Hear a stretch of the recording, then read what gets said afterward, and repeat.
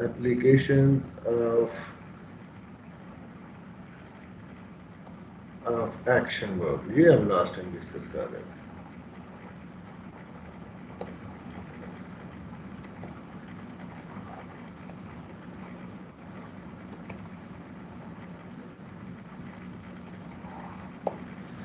इसमें हमने सारी चीजें डिस्कस की थी, एक रह गया था, उसको हम अभी नहीं डिस्कस करेंगे, इसके लेक्चर के एंड में डिस्कस करेंगे। बाकी 11 हमने डिस्कस कर लिए थे। आज का जो लेक्चर है, अगर जिन लोगों ने असाइनमेंट वो जो आपको पहली दी थी, आजकल ना सिर्फ इंग्लिश पे फोकस करें, पहले 2 3 वीक सिर्फ इंग्लिश पे सारा काम करें। 1 महीना कह लें कि दिन रात एक लगा दें इंग्लिश पे, तो बाद में फिर जो मर्जी पढ़ते रहे। जिन लोगों ने असाइनमेंट किया है, असाइनमेंट नंबर 1 जो आपको दी थी कि खुद से सेंटेंस लिखने, किसी ने 300 लिखे हैं सेंटेंस सोच सोच के? किसी ने कोई 300 थॉट्स लिखी हो? एनीवन? जी सर, मैंने लिखी हुई है।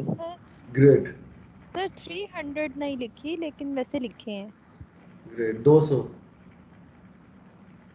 200 वाले कितने लोग हैं? तकरीबन ऑलमोस्ट। सर इतनी तो लिखी सर है। लिखे हैं, लेकिन पैराग्राफ फॉर्म में लिखे हैं। नहीं, पैराग्राफ फॉर्म में चले, जैसे भी लिखते हैं लिखें। अच्छा ठीक है, लिख के आप एक्शन वर्ब जितने आपने पढ़े हैं उनमें से टैली भी करने हैं। एक्शन वर्ब जो आपने पढ़ लिया ना, अब उस असाइनमेंट में हर एक थॉट को देखना है कि ये कौन सा केस बन रहा है। वो निशानियां नहीं देखनी जो पहले बचपन से आप देखते रहे हैं, था, थी, ये वो, चुका मुका नहीं देखना। जो आपको कॉन्सेप्ट समझाया है उससे देख के आइडेंटिफाई करनी है कि ये कौन सा केस है, ये कौन सा केस है, ये कौन सा केस है। ये असल एक्टिविटी है जिससे आपकी लर्निंग है। when you will identify every thought, whatever you will write, जब उस हर थॉट को आप आइडेंटिफाई कर लेंगे ना खुद से, फिर जो आपका कॉन्फिडेंस आएगा वो असल कॉन्फिडेंस होता है। ठीक, अगर आपको समझ आ गया लेकिन ये प्रैक्टिस से नहीं गुजरे तो कॉन्फिडेंस नहीं आएगा। लैंग्वेज आ जाएगी, कॉन्फिडेंस नहीं आएगा। आपका कॉन्फिडेंस होना चाहिए राइटिंग पे, कि ये कॉन्फिडेंस हो कि जो मैं सोच सकता हूँ मैं लिख सकता हूँ, ये कॉन्फिडेंस। तो आपने जो सोचना हर तरह से फिर टैली करना। अब जिन लोगों ने असाइनमेंट किया है और जिन लोगों ने टैली भी किए हैं, सारे थॉट्स जो हमने लर्न किए हैं, डिफरेंट केसेस लर्न किए हैं। अब प्रेजेंट इंडेफिनिट में 4 केस हमने डिफरेंट किए थे। जिन्होंने सारे टैली कर लिए उनको नजर आएगा कि उसके अलावा कुछ और ऐसे सेंटेंसेस हैं जो इन 12-11 जितने भी पढ़े हैं इनमें से किसी से टैली नहीं करता। किसी ने ये प्रैक्टिस करके देखा है कि कुछ सेंटेंस है जो इनसे टैली नहीं हो रहे और थॉट आपने लिखी जी हुई है? सर, बिल्कुल थे से। हाँ, उनमें से सबसे जो इम्पोर्टेंट एक चीज है, जो कॉन्सेप्ट है, जो हम अभी डिस्कस करने लगे, उसमें कुछ ऐसी थॉट्स हैं जिसमें एक्शन नहीं है। नो एक्शन, नो एक्शन, सिर्फ इंफॉर्मेशन है। एक्शन नहीं है, सिर्फ इंफॉर्मेशन है, सिर्फ इंफॉर्मेशन है।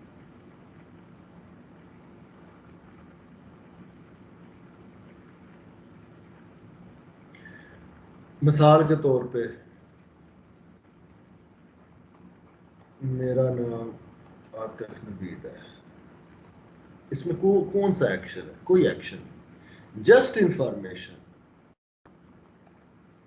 असलम खुश है, इसमें क्या इंफॉर्मेशन है? इसमें क्या एक्शन है? नो एक्शन एट ऑल, कोई एक्शन नहीं है।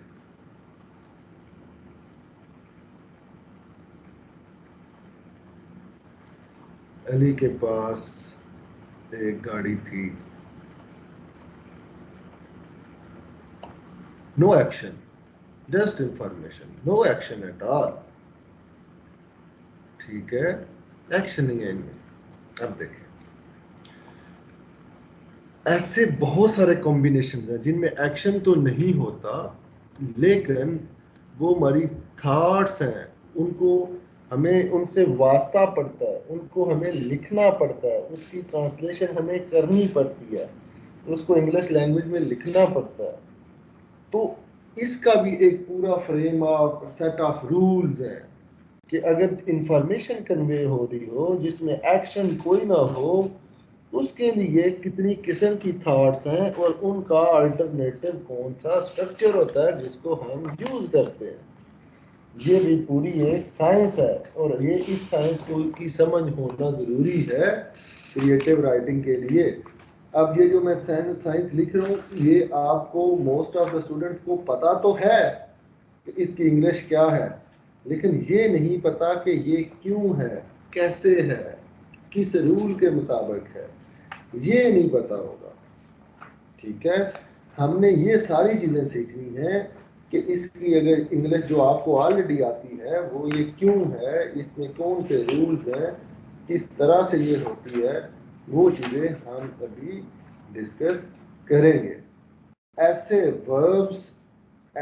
वर्ब्स जिसमें जो एक्शन को रिप्रेजेंट ना करें, वो सिंपल इंफॉर्मेशन कन्वे करें। सिंपल इंफॉर्मेशन उसको स्टेटिव वर्ब्स कहते हैं। स्टेटिव हालत को बताते हैं, स्टेट को बताते हैं, स्टेटिव वर्ब्स। ठीक है, और स्टेटिव वर्ब्स की थोड़े से हैं, कुछ बहुत ज़्यादा नहीं है, और वो वर्ब्स आपको जब हर वर्ब का फंक्शन समझ आ जाएगा, उसकी एप्लीकेशन समझ आ जाएगी कि ये वाला पर्टिकुलर वर्ब जो है हम कहाँ पे यूज़ करते हैं, तो आपकी ज़िंदगी आसान हो जाएगी राइटिंग के लिहाज से। ठीक है, इससे पहले हम इसको शुरू करें, इससे पहले मुझे एक बात बताएं कि आपको पता है कि इज क्या है? इज का किसी को पता है क्या है? कौन सा Yes, वर्ब sir. है? Helping क्या verb. Helping. है? टू बी वर्ब है सर। हेल्पिंग वर्ब अच्छा जी, बी हेल्पिंग वर्ब वर्ब है, सब्स्टिट्यूटिव वर्ब। बी वर्ब है। आपका नाम क्या है? मोहम्मद सद्दूक। अच्छा, सर बी वर्ब। सर ये बतौर हेल्पिंग वर्ब भी यूज होता है और एक्शन वर्ब सब्स्टिट्यूटिव वर्ब भी यूज दोबारा होता है। दोबारा नाम बताएं अपना। मोहम्मद सद्दूक। सद्दू। ठीक है, कौन सी डिग्री कर रहे हैं? BS mathematics. ग्रेट। अच्छा सुने, कोई और बताए इज क्या है? Sir modal anyone? वर्ब है। ओके, कोई और? Helping verb. Helping verb. Sir कोई हेल्पिंग और कोई और शहजादी बतानी चाहे?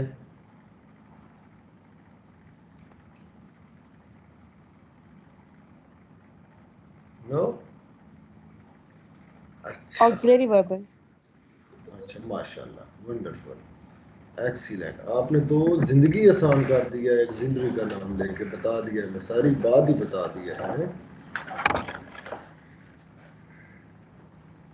ठीक हो गया। कोई और लाल टाइम डालना चाहे? एनीवन? हैं? मेरी बात सुने, वर्ब्स की, एक्शन वर्ब्स हमने कितनी टाइप्स पढ़ी बताएं? एनीवन? 3 टाइप से। मैंने कितनी बताई हैं मेरी जान, वो बताएं। 3 बताई हैं आपने सर। आप झूठ एक्शन बोलते हैं। वर्क एक्शन वर्क के 12 ओपनिंग। 4 थे सर। मैंने 5 5। टाइप्स बताई थी। एक रूट फॉर्म, अच्छा सर एक ये। फर्स्ट, तो यही है ना वर्ब की, तो यही टाइप्स है, वो तो डिफरेंट ठीक है सेंस में 5 है। है 5। और आईएनजी फॉर्म।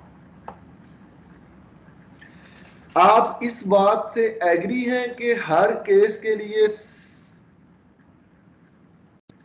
आपको पता है ना, कोई भी केस आए सब्जेक्ट तो नहीं चेंज हम करते ना, सब्जेक्ट तो वही रखते हैं ना,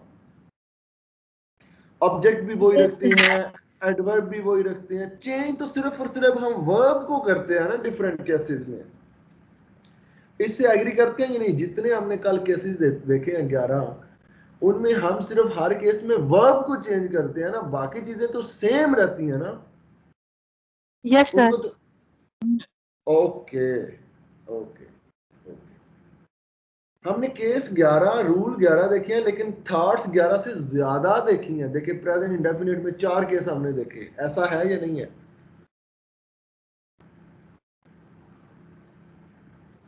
इसको भी छोड़े। इसका मतलब ये है कि आपके पास टोटल 11 डिफरेंट तरह के वर्ब होने चाहिए, ताकि हर थॉट का अल्टर जो उसका रिस्पेक्टिव जो स्ट्रक्चर है इंग्लिश में वो एक दूसरे से डिस्टिंग्विश्ड रहे। Do you agree with this statement? Yes sir. Separate ही होना चाहिए ना? Yes sir. जी सर, सेपरेट होगा तो डिफरेंशिएट करेंगे ना, एक्सीलेंट कर सकते हैं। Excellent excellent.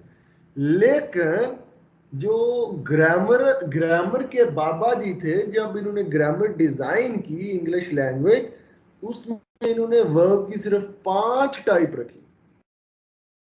बताएं फिर, टाइप्स 5 हैं, केस आपके पास 11-12 हैं, तो फिर कैसे मैनेज हो सकता है? नहीं मैनेज हो सकता ना, वो फिर रिपीट होगी, फिर तो वो कुछ केसेस के लिए सेम वर्ब यूज हो जाएगा। समझ आई या नहीं आई इस बात की? Yes sir. आ गई समझ सर।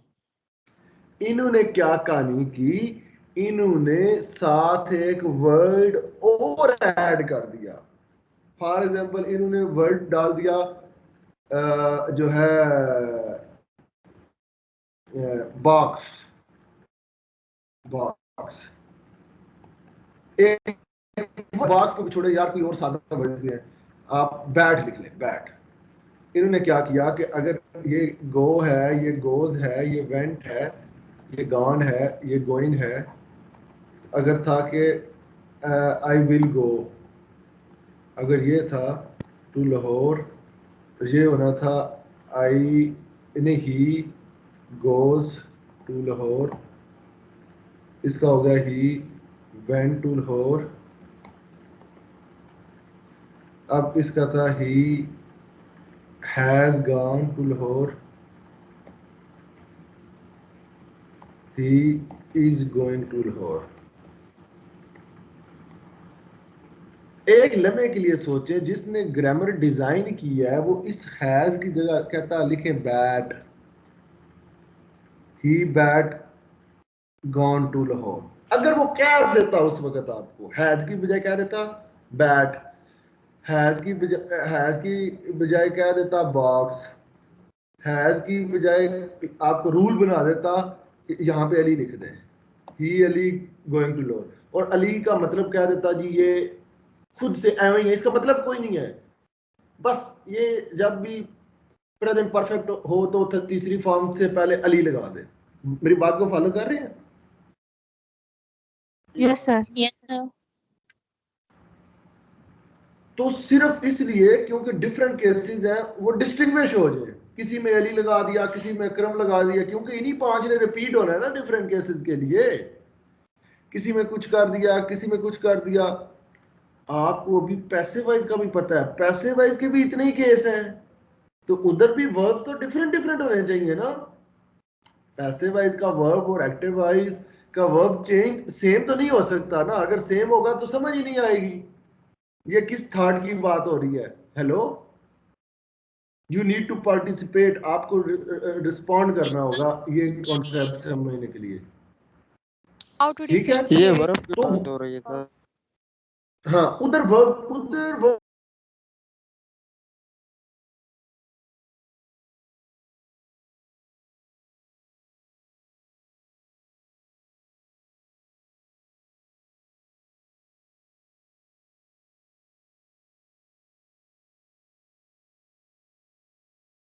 आवाज आ रही है? सर अब आ रही है। Yes sir. सर आ रही है।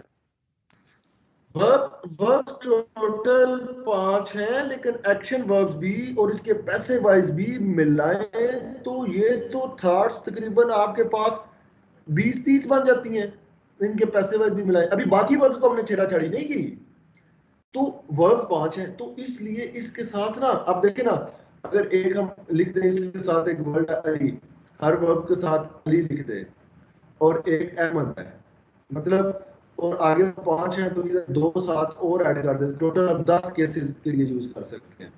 मतलब हम 2 एडिशनल बीच में वर्ड्स ऐड कर देते हैं। अगर हम 3 एडिशनल चीजें ऐड करते हैं हर वर्ब के साथ तो ये 15 डिफरेंट कॉम्बिनेशन बन सकती हैं जिनमें कोई आपस में सिमिलैरिटी नहीं होगी। अगर ये 4 कर दें तो 20 केसेस के लिए हम कर सकते हैं। बस ये जो 7 1 वर्ब 2 3 इसमें जो भी हम लिखेंगे उसका मतलब कोई नहीं होगा, सिर्फ वो डिस्टिंग्विश करने के लिए होगा। तो इन्होंने क्या किया कि एक वर्ब था बी, एक वर्ब था उसका नाम था बी, ये इटसेल्फ एक वर्ब है, ये एक वर्ड है, वर्ब है, इसका मतलब होता है, इसकी फॉर्म्स हैं, इसकी फॉर्म्स हैं। ये जैसे गो वर्ब है इसी तरह बी वर्ब है, इसका भी मतलब है जैसे गो का मतलब है। इन्होंने कहा ये वर्ब तो है लेकिन हम इसको एज ए जुगाड़ यूज करेंगे केसेस को डिफरेंशिएट करने के लिए। इन्होंने इसकी डिफरेंट फॉर्म्स को यूज करना शुरू कर दिया। जब ये इसको डिफरेंशिएट करने के लिए यूज करते हैं तब इसका मतलब कोई नहीं समझ होता हो, सिर्फ इससे वो सेंस का पता चलता है कि ये केस है। लेकिन बाज दफा ये as a main verb use होता है। जब हम इनको सिर्फ डिस्टिंग्विश करने के लिए डिफरेंट केसेस के लिए वर्ब यूज करते हैं वहां पे इसको हेल्पिंग वर्ब भी कहते हैं, एक्सिलरी वर्ब भी कहते हैं।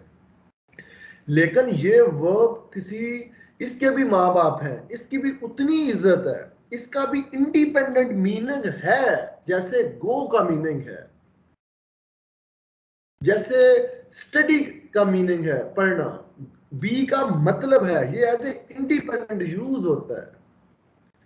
तो अब लेकिन मजे की बात ये है ये जो वर्ब बी है ये ऐसा वर्ब है जो सिर्फ इंफॉर्मेशन कन्वे करने के लिए यूज होता है जब इसको as a main verb use करते हैं, क्योंकि ये किसी भी एक्शन को रिप्रेजेंट नहीं करता, ये जस्ट इंफॉर्मेशन को रिप्रेजेंट करता है। यार ये क्या हो गया, इसी से पानी गिर रहा है।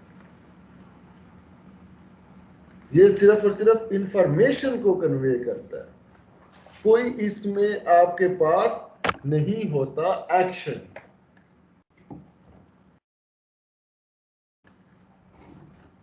यस सर, अभी कुछ हद तक समझ आई है बात।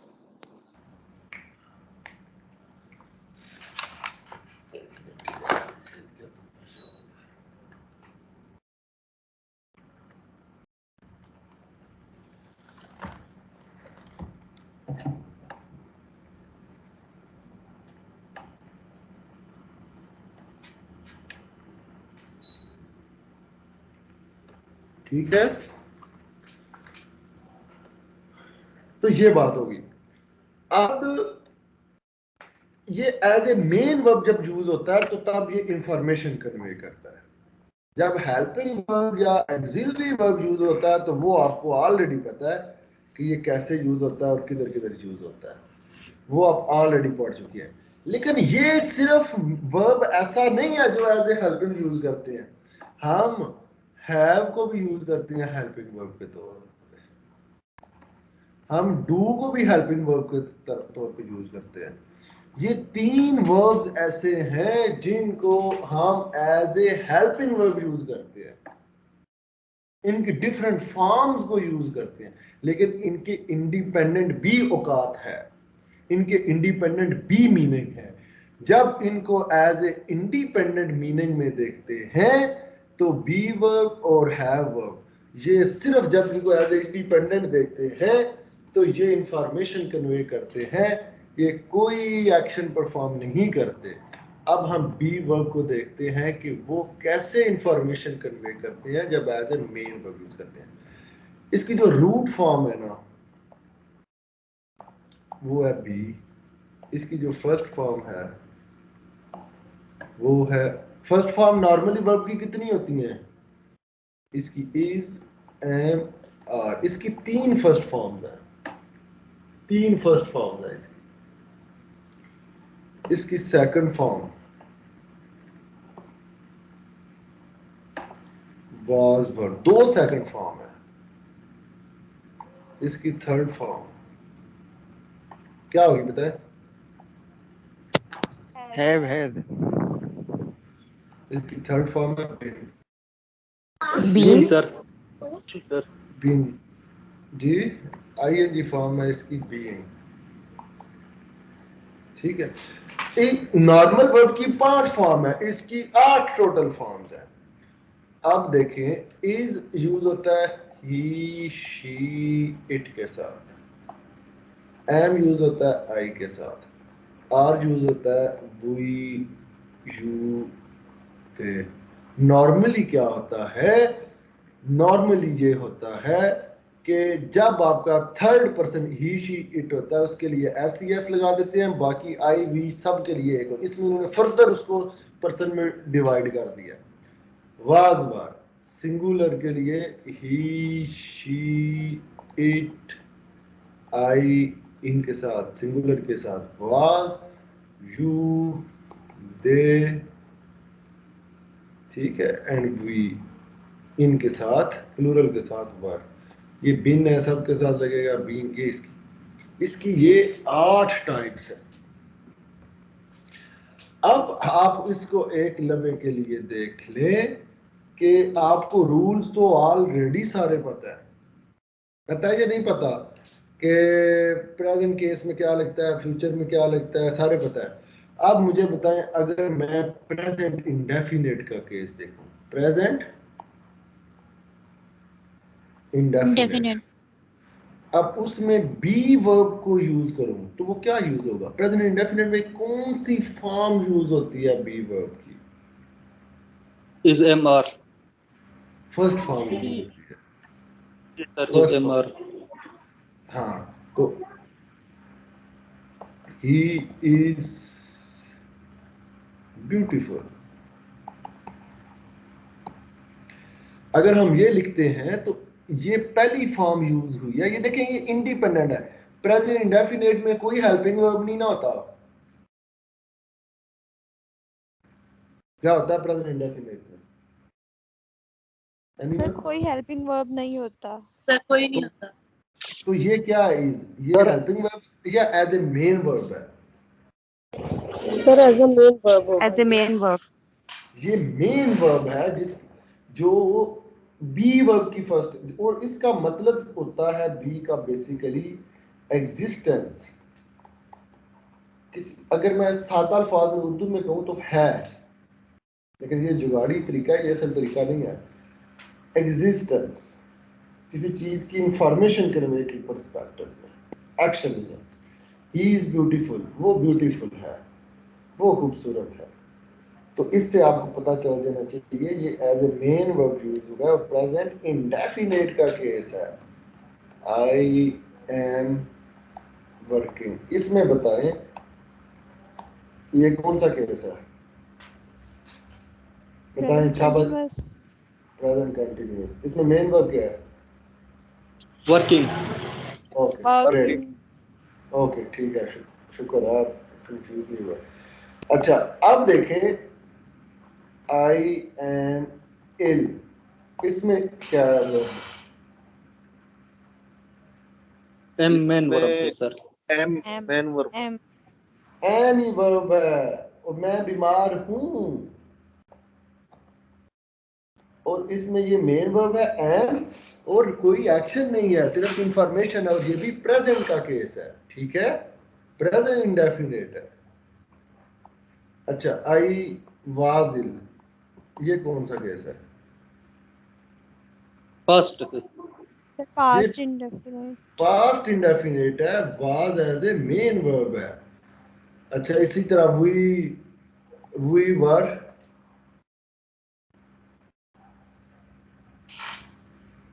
इन लाहौर, इसमें मेन वर्ब क्या है? इसमें वर्ब कौन सा है? वर्क। पर इसकी उर्दू में बताया ना, हम लाहौर हम में थे। लाहौर थे। नो इंफॉर्मेशन है, सिर्फ कोई एक्शन नहीं है, ठीक है। अच्छा, और इसमें फर्स्ट फॉर्म भी आपने देख ली, सेकंड फॉर्म भी आपने देख ली। अच्छा, एक और बात बताएं मुझे, ये कौन सा केस है? I will go to Lahore, future future indefinite, इसमें मेन वर्ब क्या है? Go will go go. Excellent. ये क्या है? ये वर्ब हेल्पिंग वर्ब। हेल्पिंग भी क्या? हेल्पिंग कह लें, ठीक है, ठीक है, हेल्पिंग भी कह लें, मॉडल वर्ब सर। ठीक है, ठीक है। ये क्या है? I will be there in 2 minutes, इसमें वर्ब क्या है मेन? बी। बी बी इसकी उर्दू में मतलब बताएं क्या होगा? मैं 2 मिनट में यहाँ आऊंगा। वहां होगा, वहां देयर। होगा। मैं 2 मिनट में वहां होगा, इसमें कोई एक्शन है? नहीं। No sir. कुछ इंफॉर्मेशन बताइए। क्योंकि आपको पता है ना, फ्यूचर इंडेफिनिट में रूट फॉर्म यूज करते हैं, सर इसलिए बी लगाया ना, रूट फॉर्म तो बी थी ना, यस सर। इसलिए बी लगाया। अच्छा, अब मुझे एक बात बताएं, मैं आपको कहता हूं आई हैव बीन देयर, इसका क्या मतलब है? इसमें वर्ब पहले बताएं, मेन वर्ब क्या है?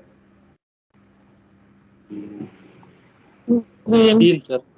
बीन बीन बिन, ये है मेन वर्ब, इसमें मेन हेल्पिंग वर्ब वर्ब, है। यस सर इसमें यही है। हेल्पिंग वर्ब कौन सा है? टेप इसका मतलब क्या है? कोई मतलब बताए, इसका मतलब क्या है? मैं वहाँ था मैं वहां या था। वहाँ हूँ। वहां से होके आया हूँ, मतलब मैं वहां वहां इस तरह से मतलब हो सकता है। नियर नियर पास में हो सकता है। मैं वहां मौजूद था। हाँ वहां मौजूद। था। ग्रेट। हाँ एक मिनट, एक मिनट, एक मिनट, एक मिनट। अच्छा, ये बताएं, आई वाज देयर, इसका क्या मतलब है? मैं मैं वहां वहां था। था। आप समझ, और आप ऊपर वाला कंफ्यूज हो नियर गए? पास। मैं वहां था, और ये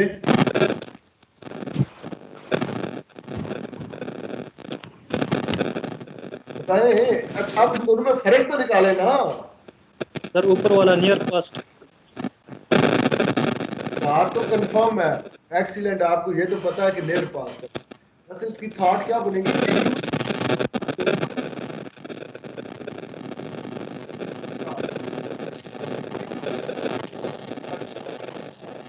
माइक ऑफ करते हैं अपना मोहम्मद अस्सलाम। सर नीचे वाला एक्शन बिफोर प्रेजेंट है। ये क्या है? एक्शन बिफोर प्रेजेंट है। नहीं समझ आई। एंड सर नीचे वाला एक्शन एक्शन बिफोर प्रेजेंट है सर ये। इसमें एक्शन है? सर मैं बताऊं, हाँ, आप बताएं। मैं वहां पर था। हाँ, सर, ये हो ठीक है। सकता है मैं वहाँ जा रहा था। मैं मैं वहां सर पर इस था। मैं वहां पर था। सर ये दोनों की, ये टेन्योर का दोनों की फर्क है सेम कि सेम था। उस वक्त बता रहा है, और ये जो आई हैव बीन देयर वो उसका जो कंटिन्यूटी बता रहा है कि जो प्रेजेंट से पहले जो हमने वो कोऑर्डिनेट बनाए थे ना। ये दोनों की सेम ही थॉट लग रही है। सर फार आप पास्ट और बताएं नियर सर। पास्ट का डिफरेंस है। आई हैव फार फास्ट है और नियर पास्ट। सर मैं वहां जा एक्सीलेंट, एक्सीलेंट, छोड़ दें, छोड़ दें, ग्रेट, ग्रेट। अब आप टोन पे आ गए हैं, मतलब जाए पहाड़ पे, जो आपको सेंस है आपने सिर्फ वो जेन में रखनी है। आई वाज देयर मतलब कि पुराने टाइम की बात, आप वहां थे। आई हैव बिन देयर, मैं अभी भी वहां पे था। मैं समझ आई है?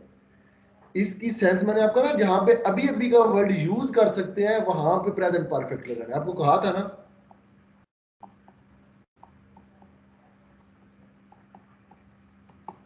या इसको हम यूज करते मैं वहां रहा हूं, नॉर्मली ये यूज होता है, हम इसको इस सेंस में देखते हैं, मैं वहां रहा हूं, I have been there, continuity वाली जैसे जिसने बात की है। लेकिन इसका सबसे आसान तरीका ये है, देखिए इसमें दोनों में एक्शन कोई भी नहीं है, ऐसी जगह जहां पे आप अभी अभी आप एग्जिस्टेंस आपकी थी, अभी अभी आप रहे हैं, थोड़ी देर पहले तक आप वहां पे मौजूद थे, तो आई हैव बीन देयर। अगर पास्ट का जो मैं वहां पे था तो वो I was there. Everyone clear है सबको? जी सर। अच्छा चले चले शहजादो ये बताएं, I had been there,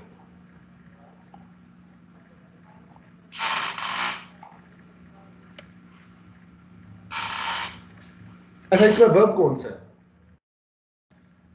been sir. ये बी की थर्ड फॉर्म है ना, ये पास्ट परफेक्ट का केस बन रहा है ना? Yes sir. पास्ट परफेक्ट आपको भी मैंने कराया ही नहीं है, मैंने आपको कराया ही नहीं है पास्ट परफेक्ट। पास्ट परफेक्ट हमेशा, चलिए अभी करा देता हूँ। पास्ट परफेक्ट हमेशा हम उस जगह पे यूज करते हैं जब दो कंसेक्टिव इवेंट हों पास्ट में, और उसमें you are bound to inform the reader कि इन दोनों पास्ट इवेंट में से पहले कौन सा इवेंट हैपेंड हुआ है। डॉक्टर के आने से पहले मरीज मर चुका था, आप बाउंड हैं, आप बताना चाहते हैं डॉक्टर बाद में आया, मरीज पहले है दोनों पास्ट की बातें हैं, डॉक्टर भी पास्ट में आया था, मरीज भी पास्ट में मरा था, लेकिन आप बताना चाहते हैं, सेंस ऐसी है, आपकी मजबूरी है बताना कि डॉक्टर के आने से पहले मरीज मर चुका था। तो इसमें जो दोनों में से जो पहले काम हुआ है उसको पास्ट परफेक्ट में लिखते हैं। द पेशेंट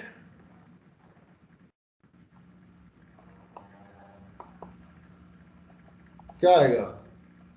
हैड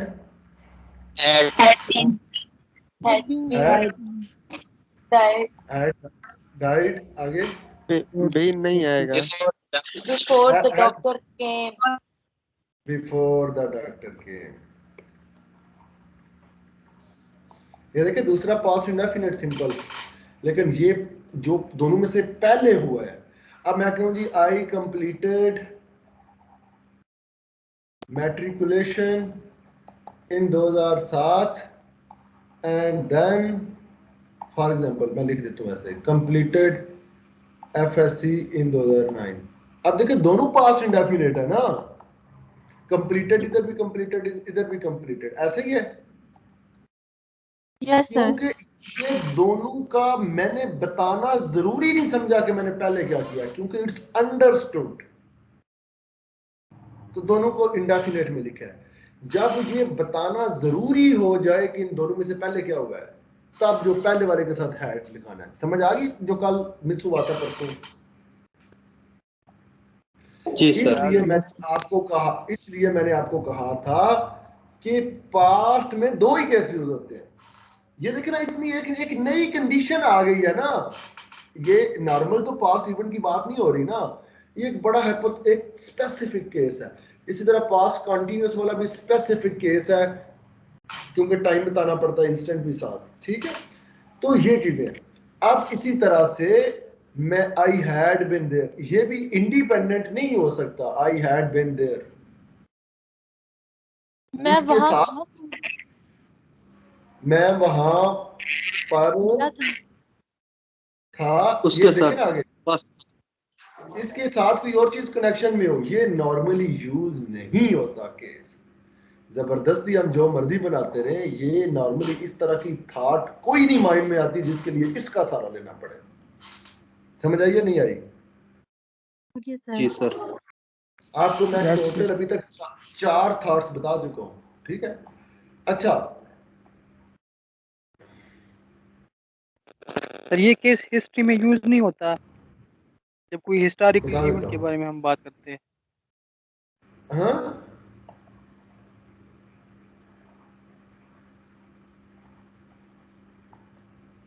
इसका क्या मतलब है? I will have been there, ये इसमें मेन वर्ब कौन सा है? Been sir. बीन। ये टेंस कौन सा है? Future perfect continuous. Future perfect future perfect continuous नहीं है, लेकिन इसकी कोई तुक ही नहीं बनती, इसकी कोई तुक नहीं है, इसकी कोई लैंग्वेज नहीं है। मैं वहां पे हूंगा,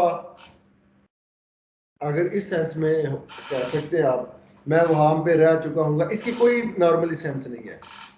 आपको जो बी वर्ब की, इसके अलावा आपको पता है ये जो गोइंग है इसका क्या मतलब है? मैं जा रहा हूं। When you perform an action और एक्शन प्रोग्रेशन में हो तब कंटिन्यूअस का केस आता है ना। जब एक्शन चल रहा हो तब कंटिन्यूटी का केस आता है ना। नहीं, मेरी बात सुने। Yes sir. कंटिन्यूअस का केस कब आता है? जब एक्शन प्रोग्रेस में हो। ऐसे है या नहीं है? Yes sir. Yes sir. तो बी वर्ब का तो एक्शन है ही नहीं है, तो कंटिन्यूअस वाले 6 के 6 केसों में ये यूज नहीं होते। मैं मिसाल देता हूं, आई एम बीइंग, ये वैसे कौन सा केस है? पहले ये बताएं। एनीवन? इसमें वर्ब क्या है? Present continuous. Great. Anyone else?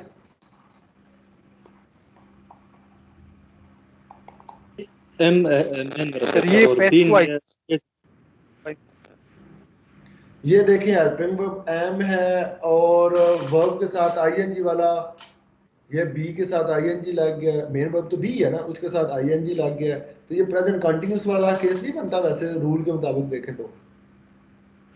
नहीं, ये सर मीनिंग सही नहीं रहा, सेंस नहीं दे रहा। हाँ ये समझाना चाहता हूं आपको मेरी जान, कंटीन्यूअस का स्टेटिव वर्ब का कंटीन्यूअस फॉर्म नहीं होती।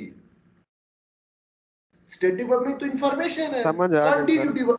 कंटिन्यूटी वाला कोई चक्कर नहीं है। तो इसमें टोटल आपको मैंने 4 केस बताए हैं बी के, जब वो इंफॉर्मेशन कन्वे करते हैं। सर ये बात रिपीट करते हैं। कंटिन्यूअस में बी वर्ब नहीं आ सकता, कंटिन्यूअस में बी वर्ब नहीं आ सकता। एक्शन की कंटिन्यूटी होती है ना, इंफॉर्मेशन की कंटिन्यूटी तो कोई नहीं होती ना। नहीं समझ आई? ओके, समझ आ गई। समझ में आया। ठीक है, एक प्रेजेंट कंटिन्यूअस, एक पास्ट कंटिन्यूअस, एक future continuous, sorry present indefinite, past indefinite, future indefinite, present perfect. ये 4 केस हैं जो यूज होते हैं, जो हमने देख लिए, बाकी नहीं होते। तो ये आपको अक्सर मिलेंगे कहीं भी ना कहीं लिखे हुए, और आपको जरूरत पड़ती है, आप रोजाना लिखते हैं इनको। ठीक है, तो ये 4 केस हैं जो आपको आने चाहिए। इसके अलावा एक और मजे की बात है, आई हैव अ कार, इसमें कौन सा वर्ब है? हैव। ये टेंस कौन सा है इसका?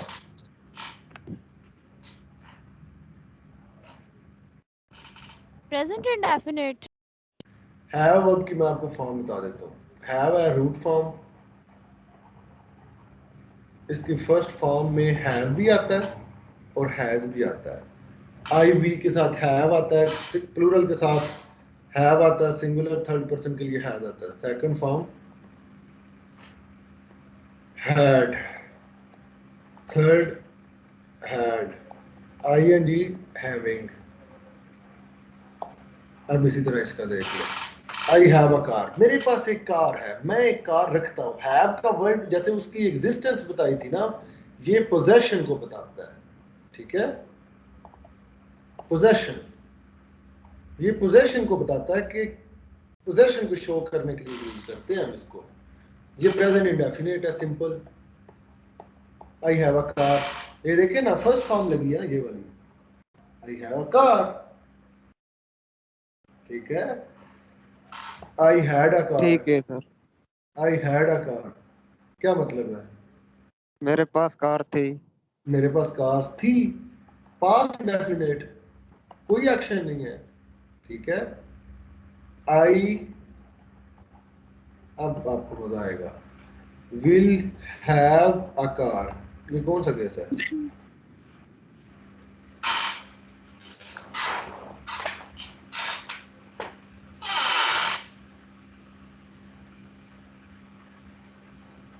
बताओ।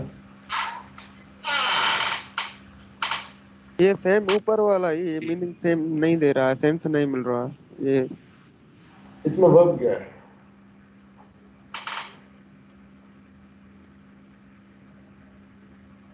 वर्ब है। ये कौन सकता है? सब बताएं, आपकी लग समझ जाती है आप कितने पानी है। फ्यूचर क्या? फ्यूचर क्या? Future perfect, future indefinite, future indefinite, क्या ना क्या, क्या नाम है आपका इंडेफिनिट वाली? हाँ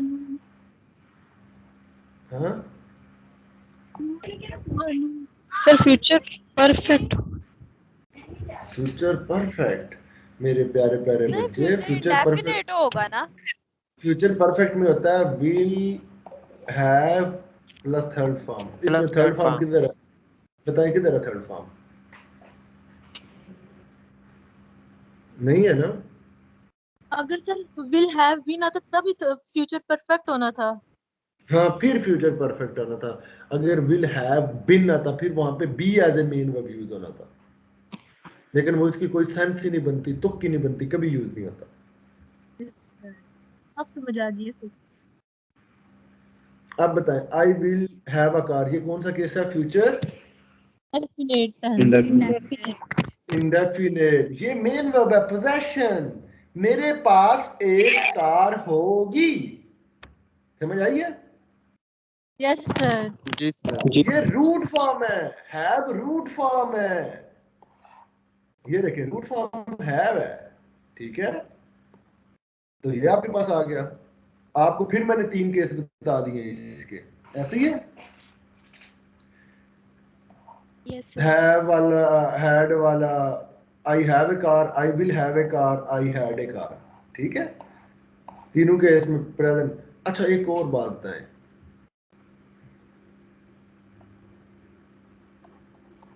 I have had a car, इसका मतलब बताएं क्या मतलब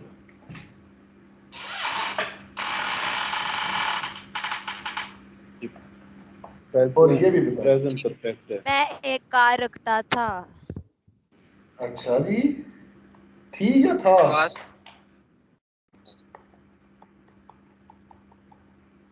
चलें जी, ये लिख लिया। अब इसका भी लिखवा दें एक दफा, मत करके थोड़ी सी, आपका दिमाग तो सीधा हो। मैंने लाइट ऑफ किया, मैंने सिगरेट पीना है इसलिए ये कैमरा ऑफ किया। अच्छा इसका बताएं, आई हैड ए कार का मेरे पास बताएं। एक कार थी। मेरे पास एक अच्छा, कार थी। मेरे पास एक कार थी, और इसका बता दे क्या भी आई अरे हैड ए ये कार। तो हेड एक मिनट कार सबर होगी ना सबर इसकी। सबर सबर सबर सबर, control control. I had a car का भी मेरे बच्चे बता दे एक दफा। मेरे पास कार थी, यानी जिसने सिंपल ये है ऊपर ये। वाला बताया ना, मेरे पास एक कार थी, वो बताए ना लड़की मुझे इस पे भी। सर ऊपर वाला दरमियान वाला मेरे जी भी गलत दूसरा है। है। थी और इसमें एक कार थी। सर ऊपर वाला गलत है, टेंस ये सेंस ही नहीं दे रहा है। कौन सा? सर ये तो सारे पोजेशन वाले हो गए। हाँ तो सारे सर पोजेशन एम्फेसिस वाली। के लिए यूज, अच्छा एम्फेसिस बता, के लिए यूज, स्ट्रेस देने के ये लिए यूज कौन सा होता है केस ये है? हेड। ये टेंस तो बताओ कौन सा है? सर इंडेफिनिट टेंस सर है, फॉर प्रेजेंट इंडेफिनिट। प्रेजेंट ऊपर वाला कोई और? का है सर, दरमियान ये वाला कौन और सा है? दूसरा जो है सिंपल पास्ट इंडेफिनिट। ये बताएं पहले वाले का ये कौन सा present case? Shift indefinite. Sir. एक बंदा पास्ट परफेक्ट। प्रेजेंट परफेक्ट है पहले वाला। Present perfect. Sir present indefinite. Present perfect मेरी जान, पास्ट प्रेजेंट परफेक्ट में हैव होता है और तीसरी फॉर्म होती है। इस तरह मेन वर्ब हैव लगा हुआ है, हैव हाँ की जी हाँ। तीसरी फॉर्म हैड लगी हुई, तो ये प्रेजेंट परफेक्ट है। ये कौन सा केस है दूसरा? दूसरा पास्ट परफेक्ट। और ये तीसरे वाला कौन सा है?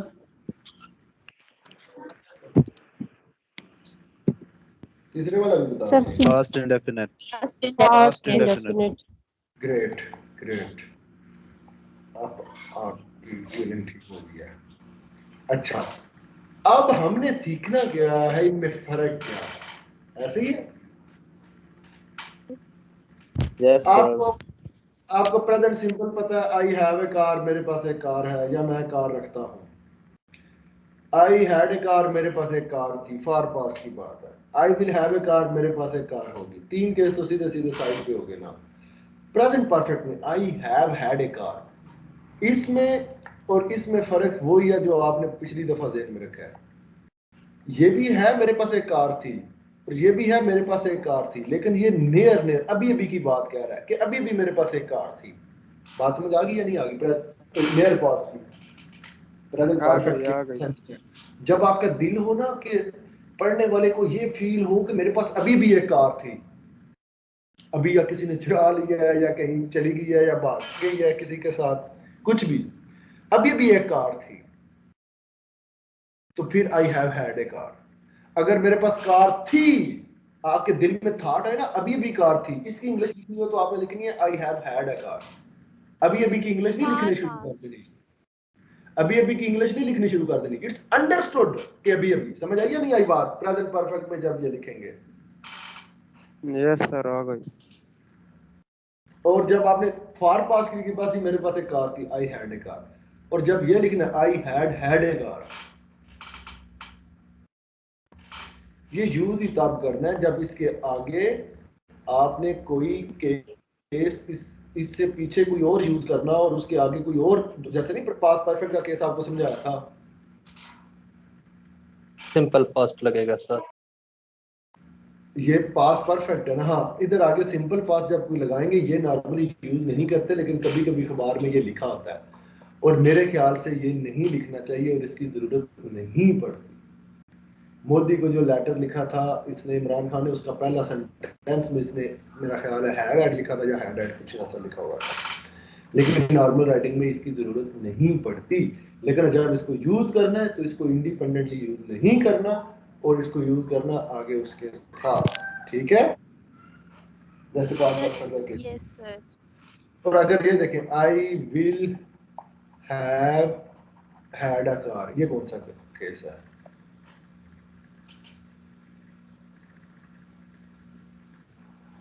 Future perfect sir.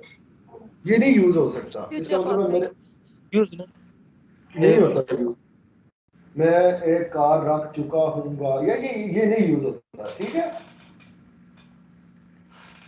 मतलब फ्यूचर की प्रिडिक्शन कर रहा है, फ्यूचर के किसी टाइम पे मैं कार खरीद चुका हूँगा, मुकम्मल किसको, वो तो एक्शन मुकम्मल होता है ना।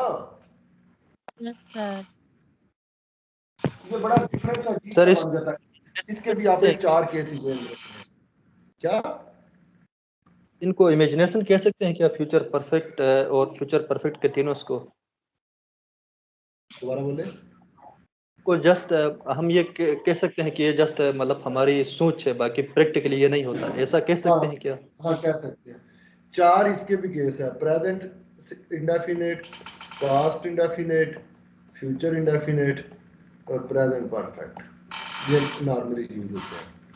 ये आपके तीसरा जो वर्ब है डू, जो ऑक्सिलरी वर्ब में हम यूज करते हैं, लेकिन वो एक्शन वर्ब है। डू वो एक्शन वर्ब है। I did my FSC from this college, इसमें वर्ब क्या है? डिड। तो ये इसका मतलब क्या है? ये एक्शन है ना, मैंने किया। ये कंप्लीशन की सेंस में है, आई कंप्लीटेड माई FSC, समझ आइए? मैंने FSC की, वहां से ये होगा, तो ये एक्शन वर्ब है। ये एक्शन वर्ब की तरह डू करना की सेंस में इसके सारे केसेस एक्शन वर्ब में जैसे यूज होते हैं वैसे ही होते हैं, ठीक है? Do, does, did, done, do, ठीक है? इसमें ये स्टेटिक वर्ब में नहीं है, ठीक है? इसके बाद जी इधर आपने लिखा आई डिड माई FSC, तो आगे जो भी है, तो इसकी जगह हम ये भी लिख सकते हैं I have done my FSC, क्योंकि FSC का एक्शन तो अभी तक सुनो, नहीं अभी तक मैं डायरेक्ट, मेरी जान सुने, तो अभी तक मौजूद वो किया गलत था, तो अभी गलत लिखते हैं, हम गलत लिखते हैं। एक्शन वो डायरेक्ट इम्पैक्ट नहीं है, मैंने डायरेक्ट की बात की थी, मैंने खाने की एग्जांपल दी थी। अगर आपने अभी अभी कंप्लीट किया ना, बैचलर डिग्री कंप्लीट किए हुए अभी 2 महीने हुए, 1 महीना हुआ अभी अभी, तो उसमें आई हैव डन लिखना है, बोलना है।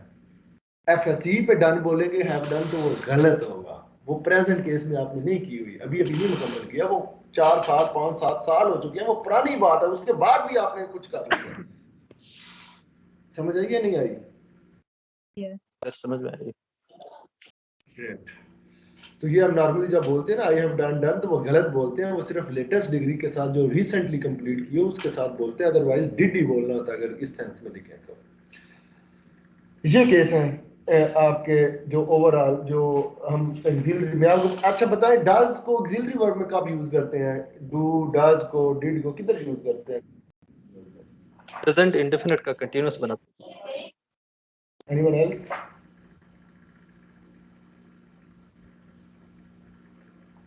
डू डज को एज एन ऑक्सिलरी वर्ब कब यूज करते हैं?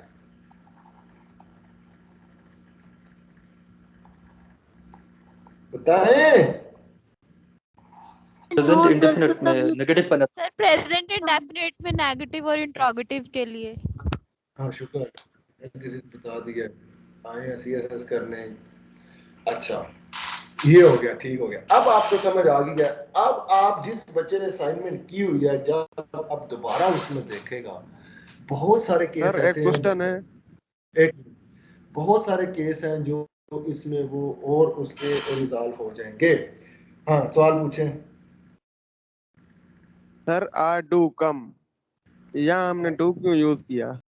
I do come, do come क्यों यूज किया? डू का एक और यूजेज होता है, डू का एक और यूजेज होता है जब एम्फसिस करना हो। एम्फसिस ये एडवांस यूजेज है, इसका बेसिक यूजेज नहीं है। और जैसे वो कहते हैं जी I do agree with this statement, चलो मुझे लिख देता हूं। आई एक होता है I agree with this statement, I do agree with this statement. मैं समझ गया सर।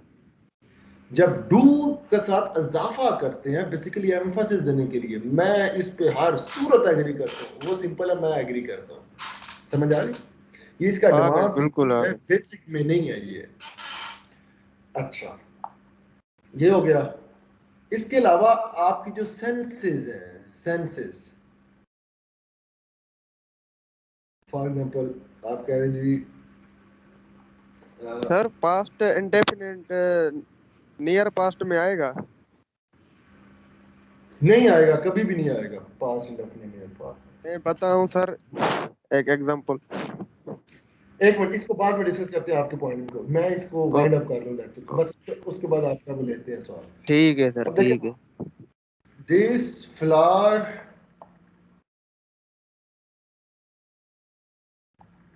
स्मेल्स स्वीट, इसका मतलब बताएं। फूल की खुशबू अच्छी है। कोई और? इस फूल की खुशबू, फूलों की खुशबू प्यारी है। खुशबू मीठी है, अच्छी है। चले मीठी है, अच्छी है, कुछ भी लगा, ये इंफॉर्मेशन ही है ना, एक्शन तो नहीं है ना, तो मतलब ये वर्ब भी स्टेटिव वर्ब है, ये बात आपको बताना चाहता हूँ। इनके अलावा कुछ और वर्ब भी हैं जो स्टेटिव हैं, समझ आई? सर दिस फ्रूट टेस्ट सोर, इसका जायका खट्टा है, इंफॉर्मेशन है, ये भी स्टेटिव वर्ब है, इंफॉर्मेशन करें। जितनी हमारी सेंसेस है ना, 5 सेंसेस है ना, उनके सारे वर्ब भी स्टेटिव वर्ब्स हैं, वो कोई एक्शन नहीं परफॉर्म कर रहे होते, वो भी इंफॉर्मेशन दे रहे होते हैं। हमारी सेंसेस 5 जो हैं, सूंघना, चखना, टच करना, ठीक है, और ये सारी के सारी ये भी स्टेटिव वर्ब्स हैं। मेन स्टेटिव वर्ब का कॉन्सेप्ट वही है जो हमने ऊपर देख लिया, जो नॉर्मली तंग करता है, और जो सब चीजें हैं। I have completed from my side related to stative verbs। आप जिन लोगों ने असाइनमेंट कंप्लीट किया उसको दोबारा जाके देखिएगा, बहुत सारे ऐसी थॉट्स आपकी होंगी जो इनके साथ को रिलेट कर रही होंगी, और उसके बाद फिर बिल्कुल सर। कुछ ये को रिलेट करें, उनको आइडेंटिफाई करने, अच्छा ऐसी थॉट का ये तरीकाकार है। उसके अलावा अगर फिर कुछ बच गए तो वो उनका बंदोबस्त हम अगले लेक्चर में करेंगे इंशाल्लाह। आपका ये खत्म हो जाएंगे पहले भी इसमें फाउंडेशन कोर्स में सारे। अब पूछे किसी का सवाल है तो कोई। सर वो पास्ट इंडेफिनिट का पूछना था कि वो नियर पास्ट में नहीं आएगा आपने कहा। अगर मैं कहूँ he worked his, he finished his work. हाँ, उसने अपना काम यस्टरडे, उसने अपना काम कल खत्म कर लिया, बात खत्म। वो तो नियर नहीं होगा ना कल तो। नियर नहीं, नियर का ऐसा चक्कर नहीं है। एक बात और बता दूं, शायद आपको पता नहीं बताई थी या नहीं थी। नियर पास का मतलब ये नहीं कि कल और आज की बात है, ये सेंस की बात है। अगर किसी के साथ टाइम मेंशन हो जाए, टाइम मेंशन हो जाए, तो आपने नियर फार के चक्कर में पढ़ना ही नहीं है, ये फार पास्ट है। अगर टाइम मेंशन हो जाए ना किसी थॉट में, मैंने कल किया यार 2 घंटे पहले मुकम्मल किया, बेशक 5 मिनट पहले, अगर टाइम मेंशन हो जाए तो वो फार पास्ट है, पास्ट इंडेफिनिट यूज करना है। बात समझ आ गई सबको? Yes. अगर टाइम मेंशन हो गया तो नियर पास्ट वाला चक्कर ही कोई नहीं, प्रेजेंट परफेक्ट लगा ही नहीं सकते, future indefinite past indefinite use करना है, ठीक है। अगर टाइम मेंशन नहीं है फिर इस सेंस पे आना है कि ये नियर है या फार है। अच्छा नहीं हो तो फिर देखना है कि ये नियर पास्ट बनता है या फार पास्ट, उसकी सेंस को देखना है। अच्छा ठीक है, और भी सवाल किसी का? ठीक है, थैंक यू सर। और भी सवाल? सर ये सेडेटिव वर्ब, ये बलिहाद, ये टेस्ट, ये इस हवाले से थोड़ा एक्सप्लेन करें। किसको? सेडेटिव वर्ब जैसा कि ऊपर ये टेस्ट है, इस के अलावा एक दो और आप एग्जांपल देकर थोड़ा एक्सप्लेन करें तो।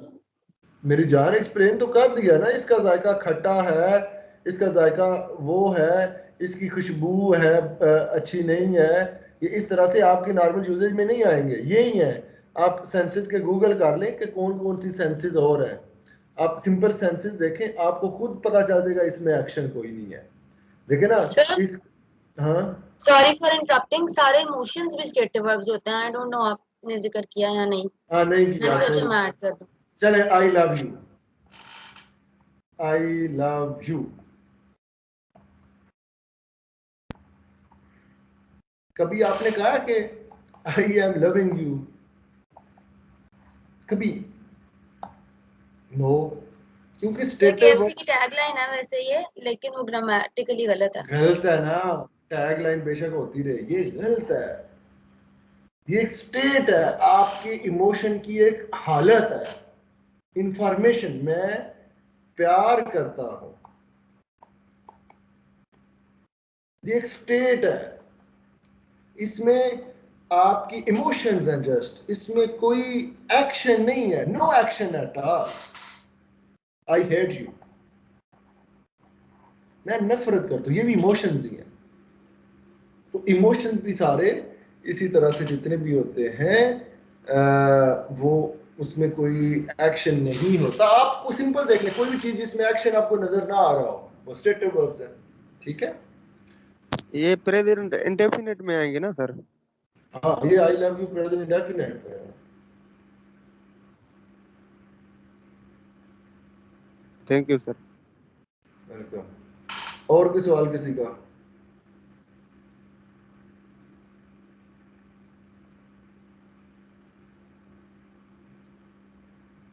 No no sir. मजा आया क्लास का? आज के कोई नहीं आया, ईमानदारी से बताएं। बहुत मजा आया, बहुत। चले फिर तो अच्छी बात है, फिर तो बहुत अच्छी बात है। और वो किधर गए हैं? हमराज सिंह, हमराज सिंह आज क्लास में है? नहीं सर, आज नहीं। चलो, ओके, अल्लाह हाफिज, बाय बाय। ओके, अल्लाह हाफिज सर, गुड नाइट। चल हाफिज सर।